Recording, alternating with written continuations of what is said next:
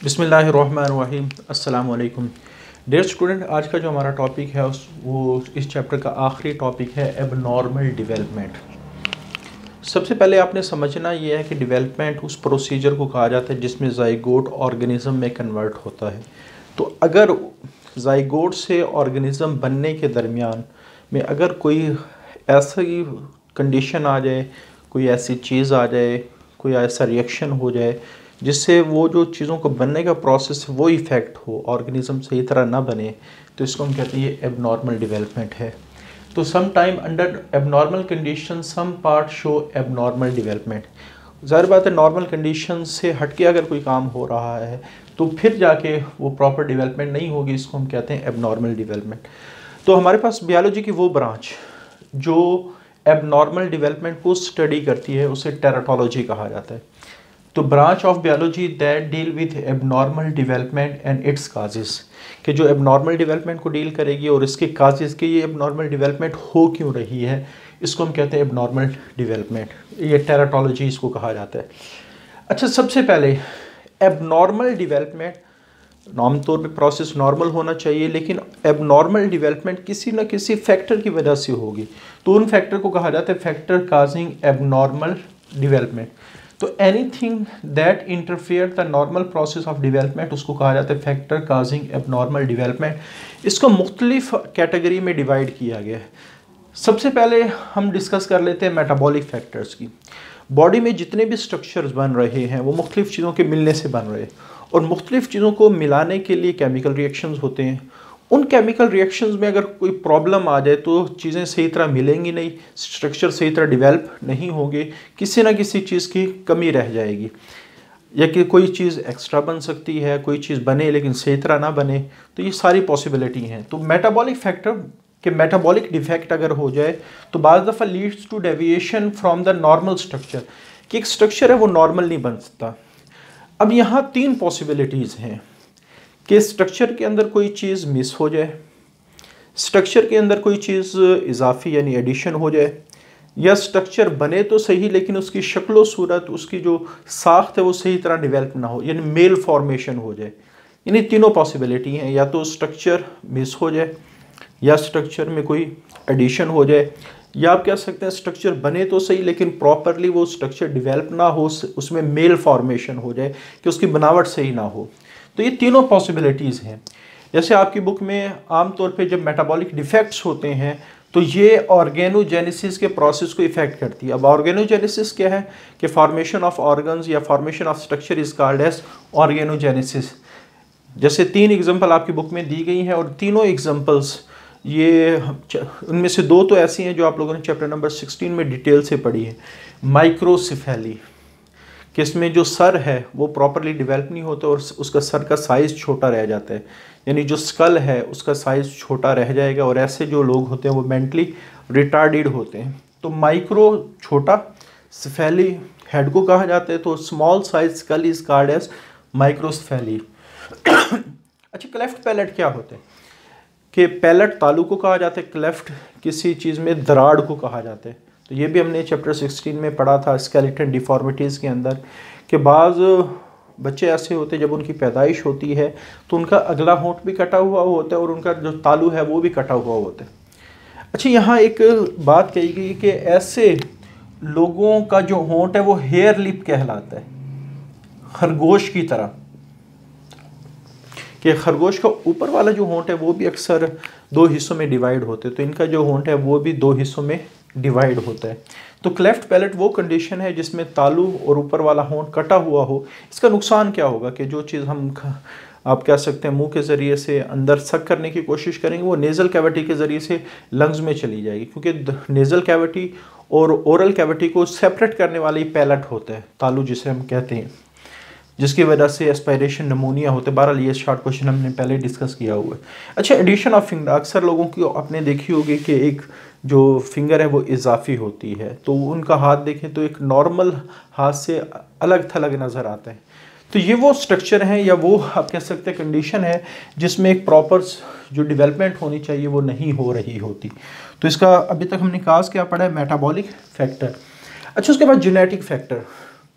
कि जो एबनॉर्मेलिटीज़ किसी बच्चे में जो नज़र आएँ, क्योंकि डेवलपमेंट के दौरान ही हम एबनॉर्मेलिटी को टेराटोलॉजी के अंदर डिस्कस करेंगे कि जब माँ के पेट में बच्चा बन रहा होता है, अगर उस वक्त कोई प्रॉब्लम आ जाए तो उसको टेराटोलॉजी के अंदर डिस्कस करते हैं। हाँ, पैदाइश के वक्त सपोज़ किसी की टांगें ख़राब हो जाएं पोलियो की वजह से, अब ये टेराटोलॉजी के अंडर नहीं आता, क्योंकि एक चीज़ डेवलप हो चुकी थी नॉर्मल, बाद में ख़राब हुई है।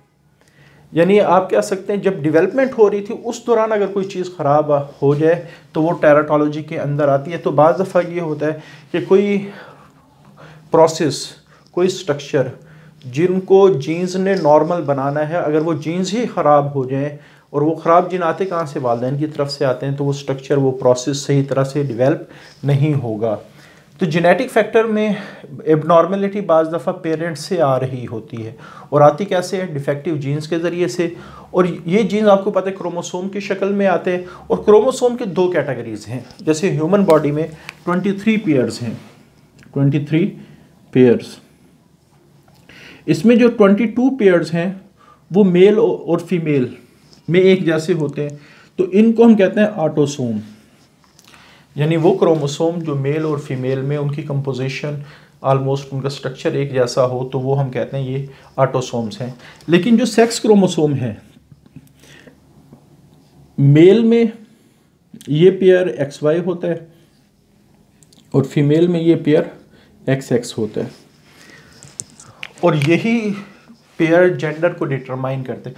ये जो 22 पेयर हैं ये बॉडी के बाकी कैरेक्टर को डिटरमाइन करते हैं जिनके ऊपर जीन्स होते हैं, और X और Y और X और X के ऊपर जो चीज़ें होती हैं, वैसे तो इसमें काफ़ी सारे जीन्स भी होते हैं जो मुख्तलिफ कैरेक्टर बना रहे होते हैं, लेकिन ये जो क्रोमोसोम है इनकी ज़्यादातर जो पार्टिसिपेशन है वो जेंडर डिटर्मिनेशन है, सेक्स डिटर्मिनेशन है कि एक ऑर्गेनिज्म, एक जाइगोट मेल ऑर्गेनिज्म में कैसे कन्वर्ट होगा, एक जाइगोट फीमेल ऑर्गेनिज्म में कन्वर्ट। यानी अगर किसी जाइगोट के पास XY क्रोमोसोम है तो उससे मेल इंडिविजुअल डेवलप होगा, अगर किसी के पास XX क्रोमोसोम है वो फीमेल।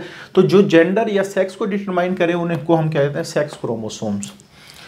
तो जो एबनॉर्मेलिटी है वो ऑटोसोमल भी हो सकती है, जो एबनॉर्मेलिटी है वो सेक्स क्रोमोसोमल भी होती है।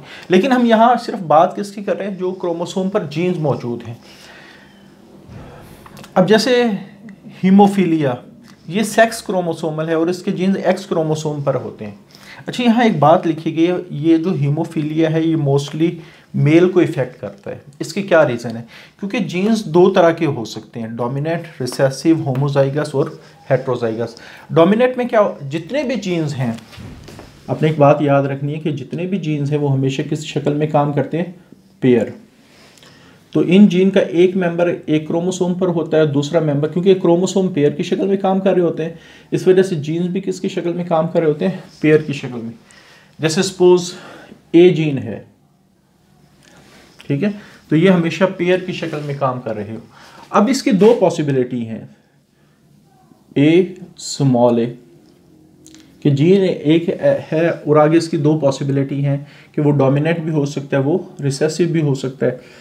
डोमिनेंट के लिए कैपिटल वर्ड इस्तेमाल करते हैं और रिसेसिव के लिए हम स्मॉल वर्ड इस्तेमाल करते हैं। यानी अगर हमारे पास कंडीशन ये आ जाए, अच्छा, जो जीन्स की मुख्तलिफ शक्लें हैं उनको अलील कहा जाता है। ये वैसे सारा कॉन्सेप्ट चैप्टर 22 के अंदर डिटेल से डिस्कस किया गया, लेकिन इस बात को समझाने के लिए थोड़ा सा मुझे एक्सप्लेन करना पड़ेगा। तो ये इनमें से कैपिटल A का रिज़ल्ट शो होगा और स्मॉल A का रिज़ल्ट शो नहीं होगा। तो जिसका रिज़ल्ट शो होता है, यानी जब ये दोनों करैक्टर बनाएंगे तो जिस जीन का करैक्टर शो होता है वो डोमिनेंट कहलाता है, जिसका करैक्टर शो नहीं होता वो रिसेसिव कहलाता है। तो आम तौर पे जो हीमोफीलिया का जीन्स होता है उसको हम H कहते हैं, लेकिन स्मॉल h लिखते हैं, क्योंकि हीमोफीलिया का जो जीन्स है वो रिसेसिव जीन होता है और जो नॉर्मल जीन होता है वो H होता है। अच्छा, हीमोफीलिया है क्या? बाद स्टूडेंट को हीमोफीलिया कहीं नहीं पता होता। हमारा जो ब्लड है जब कोई इंजरी होती है क्लॉट कर जाता है, लेकिन अगर वो क्लॉटिंग ना हो तो काफ़ी सारे प्रोटीन्स ऐसी हैं जो उस क्लॉटिंग में पार्टिसिपेट करती हैं। अगर उन प्रोटीन में से कोई भी चीज़ एब्सेंट हो तो वो प्रोटीन फैक्टर्स होते हैं, तो वो अगर कोई चीज़ एब्सेंट हो तो वो क्लॉटिंग का प्रोसेस सारा रुक जाता है और इंजरी के बाद क्लॉटिंग नहीं होती तो माइनर से कट से इतनी ब्लड लॉस होता है कि इंसान की डेथ भी हो सकती है। तो हीमोफीलिया वो कंडीशन है जिसमें क्लॉटिंग फैक्टर एब्सेंट होते हैं, कोई भी एब्सेंट होता है। वैसे तो काफ़ी सारी कैटेगरी की हीमोफीलिया हैं, तो अगर फैक्टर एब्सेंट हो तो ऑटोमेटिकली उस शख्स का ब्लड क्लॉट नहीं करेगा। अब ये मेल को ही क्यों इफ़ेक्ट करती है? पहली कंडीशन तो ये याद रखनी है कि जीन्स डोमिनेट भी हो सकता है, रिसेसिव भी हो सकता है। डोमिनेंट जीन्स, और जीन हमेशा किसकी शक्ल में काम करते हैं? पेयर की शक्ल में काम कर रहा होता है। अगर डोमिनेंट जीन है उस पेयर का मेंबर, जो डोमिनेंट मेंबर होगा उसका इफेक्ट शो होगा, और जो डोमिनेंट नहीं होगा यानी रिसेसिव होगा उसका इफेक्ट शो नहीं होगा। तो हीमोफीलिया का जो जीन होता है वो रिसेसिव होता है, और कैपिटल एच जीन नॉर्मल होता है। कैपिटल एच जीन क्या होते हैं? नॉर्मल होते हैं। और ये दोनों जीन्स जिस क्रोमोसोम पर लोकेटेड होते हैं उसको हम कहते हैं एक्स क्रोमोसोम। X chromosome. अब मेल के अंदर कंडीशन होती है एक्स वाई, और फीमेल के अंदर कंडीशन होती है एक्स एक्स। अब फिर हमारे पास दो कंडीशन आ सकती है, होमोजाइगस और हेट्रोजाइगस। होमोजाइगस का क्या मतलब है कि दोनों जो पेयर के मेंबर वो एक जैसे होने चाहिए। हेट्रोजाइगस में दोनों मेंबर क्या होने चाहिए? डिफरेंट होने चाहिए, डिफरेंट होने चाहिए। तो हीमोफीलिया में जो जीन है वो किस पर लोकेटेड होता है? एक्स क्रोमोसोम पर लोकेटेड होता है, या नॉर्मल जीन जिन्होंने ब्लड क्लॉटिंग फैक्टर बनाने वो एक्स क्रोमोसोम से रिलेटेड है। अगर देखा जाए मेल के अंदर एक्स क्रोमोसोम 1 है और फीमेल के अंदर एक्स क्रोमोसोम 2 है, तो इसका मतलब है मेल के अंदर ये जो एक्स वाई कंडीशन है, मेल के अंदर पेयर पॉसिबल नहीं है, क्योंकि एक्स के जीन्स डिफरेंट होते हैं, वाई के जीन्स डिफरेंट होते हैं। अब इसने सिर्फ मौजूद होना है एक्स क्रोमोसोम पर, ठीक हो गया। और फीमेल के अंदर इसके दो मेंबर होने चाहिए, क्योंकि दोनों पे एक एक जीन मौजूद होगा। तो यहां तीन पॉसिबिलिटी है कि दोनों नॉर्मल भी आ सकते हैं, दोनों हेट्रोजाइगस कंडीशन में भी आ सकते हैं, और दोनों होमोजाइगस।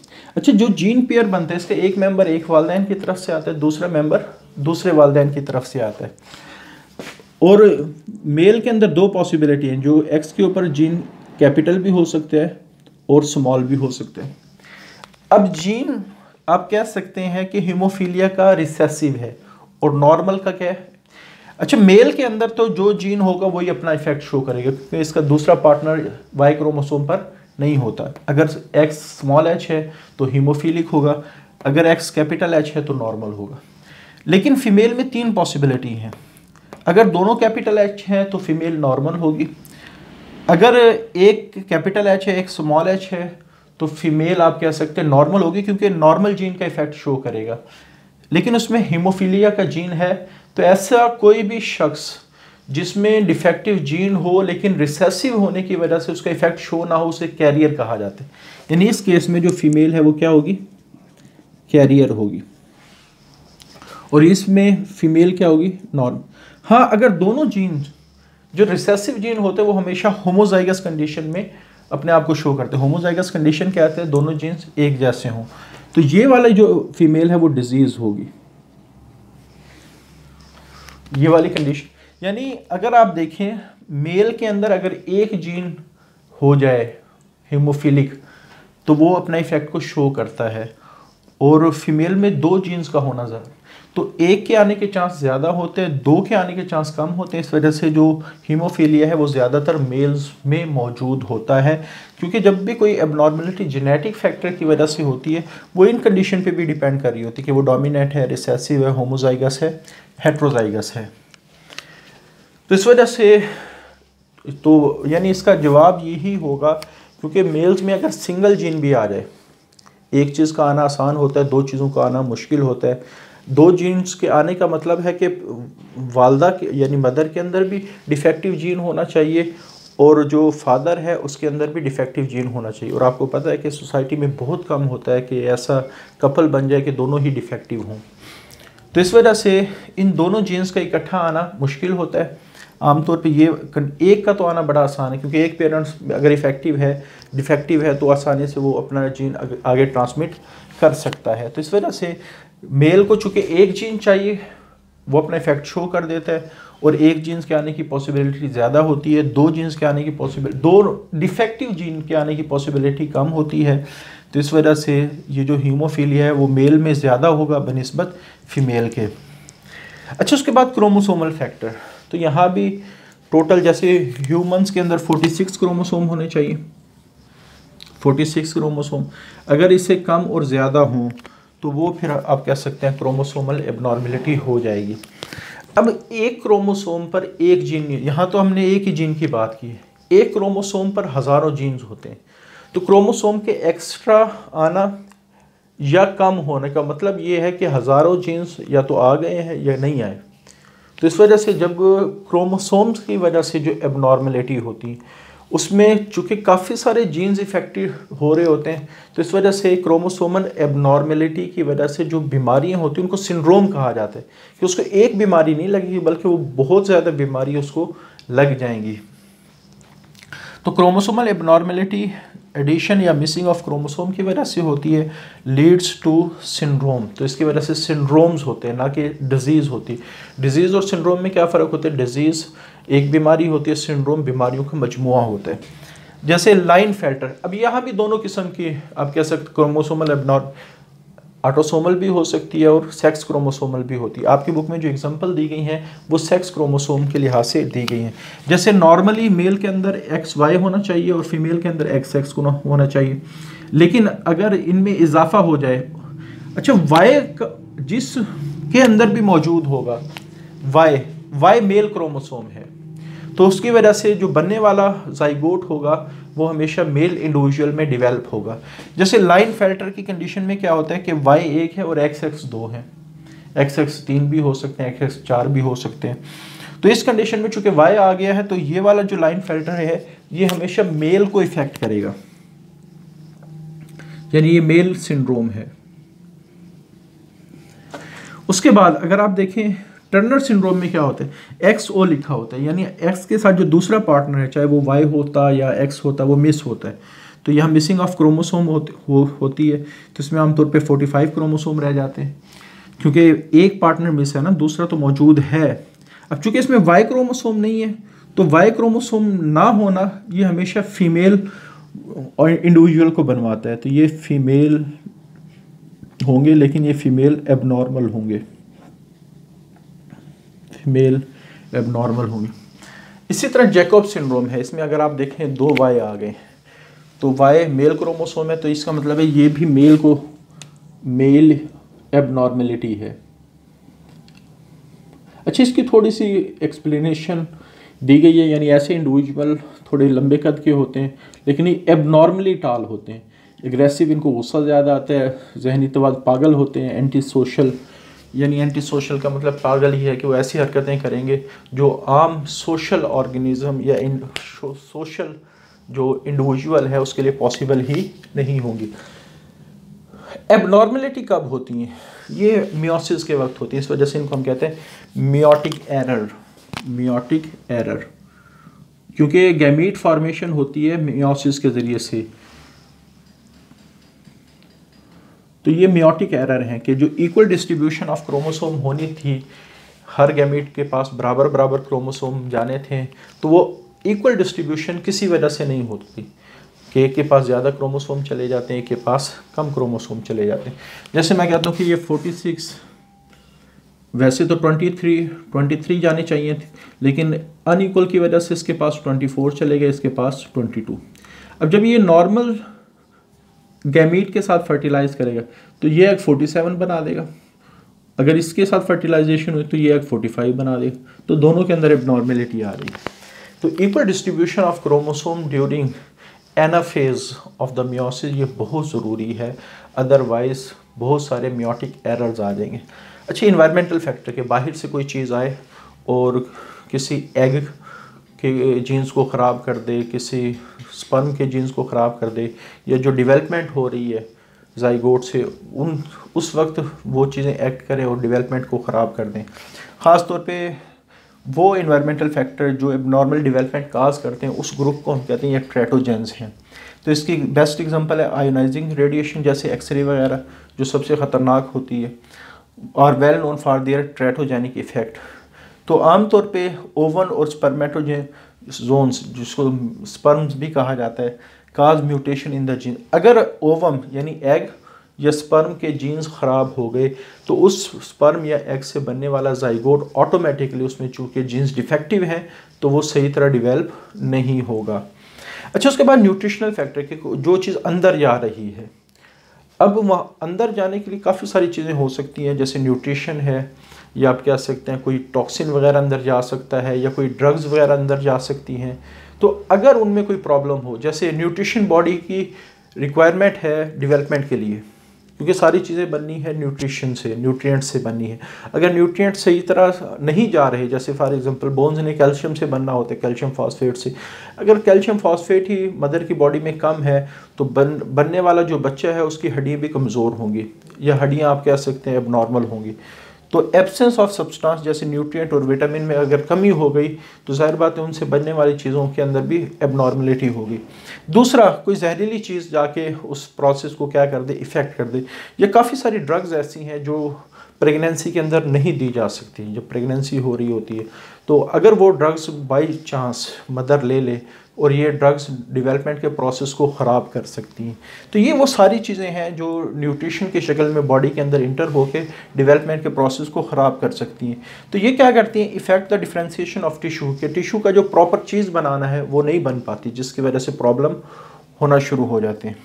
तो ये हमारा न्यूट्रिशनल फैक्टर है। तो ये 4-5 टाइप के फैक्टर हैं जिनको मुख्तलिफ कैटेगरी में हमने डिवाइड किया है। मेटाबॉलिक फैक्टर है, जेनेटिक फैक्टर है, क्रोमोसोमल फैक्टर है, एनवायरमेंटल फैक्टर है, न्यूट्रिशनल फैक्टर है। तो हर फैक्टर एक अलग से शॉर्ट क्वेश्चन और MCQs इसमें से बन सकता है। तो ओवरऑल इम्पॉर्टेंस के लिहाज से ये भी एक इम्पॉर्टेंट क्वेश्चन है, लॉन्ग क्वेश्चन भी है। शॉर्ट क्वेश्चन इसमें बहुत दफ़ा आए हैं, जैसे ये वाला जो शॉर्ट क्वेश्चन है ट्रेटोजेंस, ये काफ़ी दफ़ा बोर्ड के पेपर में आया है। तो आज के लिए इतना ही, अल्लाह हाफिज़।